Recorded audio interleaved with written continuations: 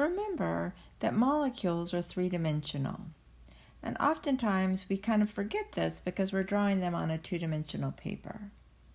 But we can determine the three-dimensional shape of organic molecules using the Vesper theory, which we talked about in a previous chapter. Vesper theory stands for valence, shell, electron, pair, repulsion theory. So that's where you get the Vesper. And in very easy terms, what it predicts is that the valence electrons in the covalent bonds will get as far apart from each other as possible because all of the electrons are negative. Now, we're going to use, I haven't asked you to memorize this, and I have the table on the next page. We're going to use this table. So this table should be familiar to you from a previous chapter. And so to determine the shape, we have to look at the groups that are surrounding the atom. And a group could be an atom that's bonded by any type of bond, single, double, or triple, and by the number of lone pairs.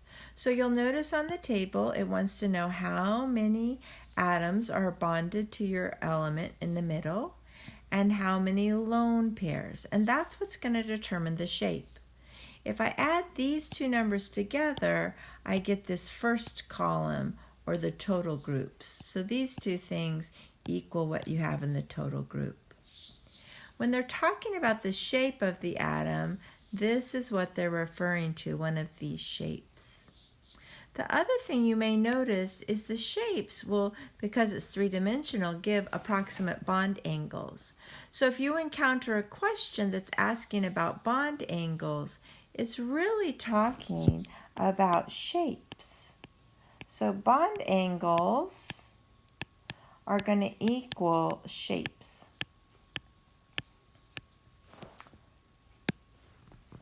So,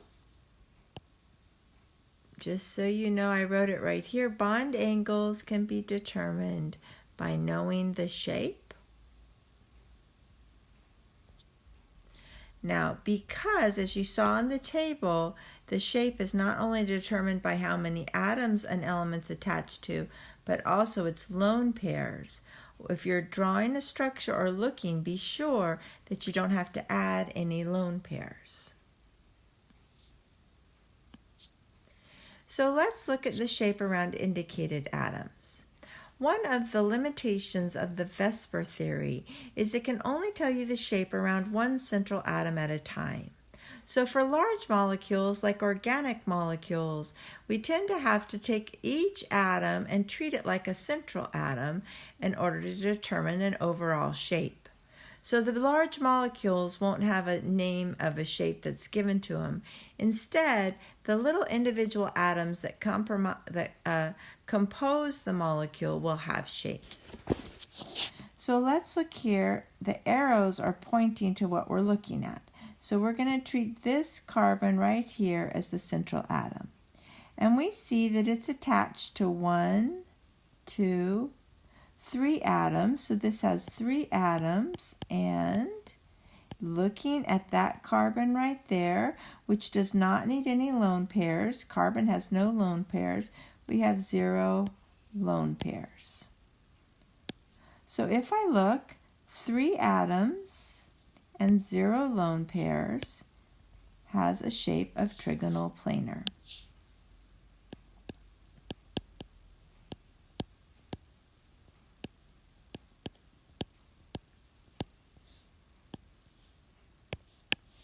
The second one here, I'm looking at this carbon, and it has 1, 2, 3 atoms attached to it. Carbon does not have lone pairs. Now, bromine is a halogen, and halogens have 1 bond and 3 lone pairs. But I don't need to look at these lone pairs because it's not the atom I'm looking at for the shape. You can only look at one central atom, and it's the lone pairs on that atom. So carbon has 0 lone pairs here as well. and I'm just writing lone pairs as LP. And so 3 atoms and 0 lone pairs, just like this one here, is trigonal, or some people say trigonal, planar. So both carbons in this molecule are trigonal planar. So looking at number 1 here. So I'm looking at this carbon, and I see that it has 1, 2, 3 atoms attached. And carbon has 0 lone pairs. So 3 atoms and 0 lone pairs are just like the previous ones. Those are trigonal planar. That's the shape. And looking at if the question, so 3 atoms, 0 lone pairs is trigonal planar, and the bond angle would be 120 degrees. Now, I do know, just looking at this structure, that oxygens have 2 bonds and 2 lone pairs, so these would have lone pairs on them. These lone pairs did not affect my last structure shape because the lone pairs would have to be on the carbon. So now the oxygen here, I'm looking here, it has 2 atoms. I see 2 atoms and 1, 2 lone pairs. So 2 atoms it's attached to and 2 lone pairs. So looking back, let's see. Here's 2 atoms, but that's 0 lone pairs. 2 atoms, 2 lone pairs is bent, and it would approximately have 109.5 degrees. So number 2 is bent. And let me erase off this real quick. So it would be like this. And looks like that. So now let's look at letter C. So this carbon doesn't have lone pairs. Remember, it just has 4 bonds and 0 lone pairs from the previous video. And so this one is attached to 2 atoms. We don't care how it's attached. And it has on it 0 lone pairs. So I go 2 atoms, 0 lone pairs is linear. So number 1 is linear.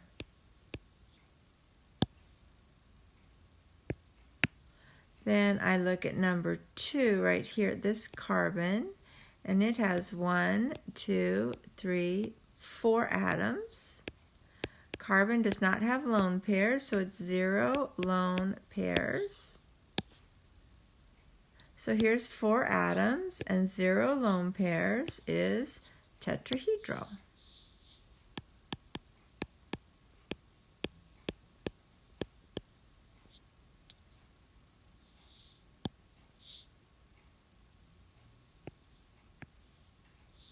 And then number 3.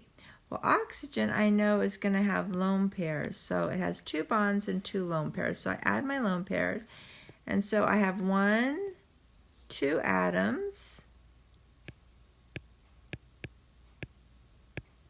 And looking at the oxygen, it has 2 lone pairs.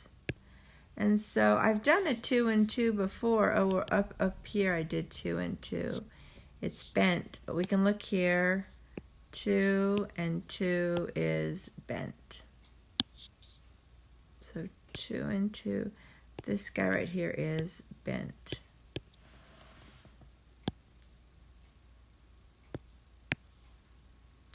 So we'll do this letter D. I know it's kind of crowded here, but number 1 is this carbon.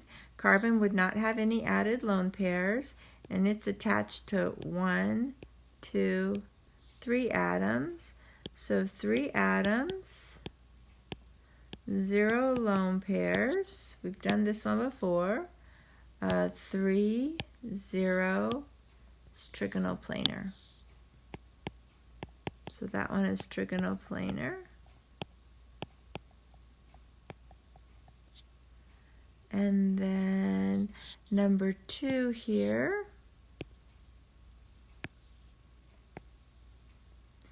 There's one, 2. So it's carbon. There would be no lone pairs. It has 2 atoms and 0 lone pairs, which 2, 0 is linear.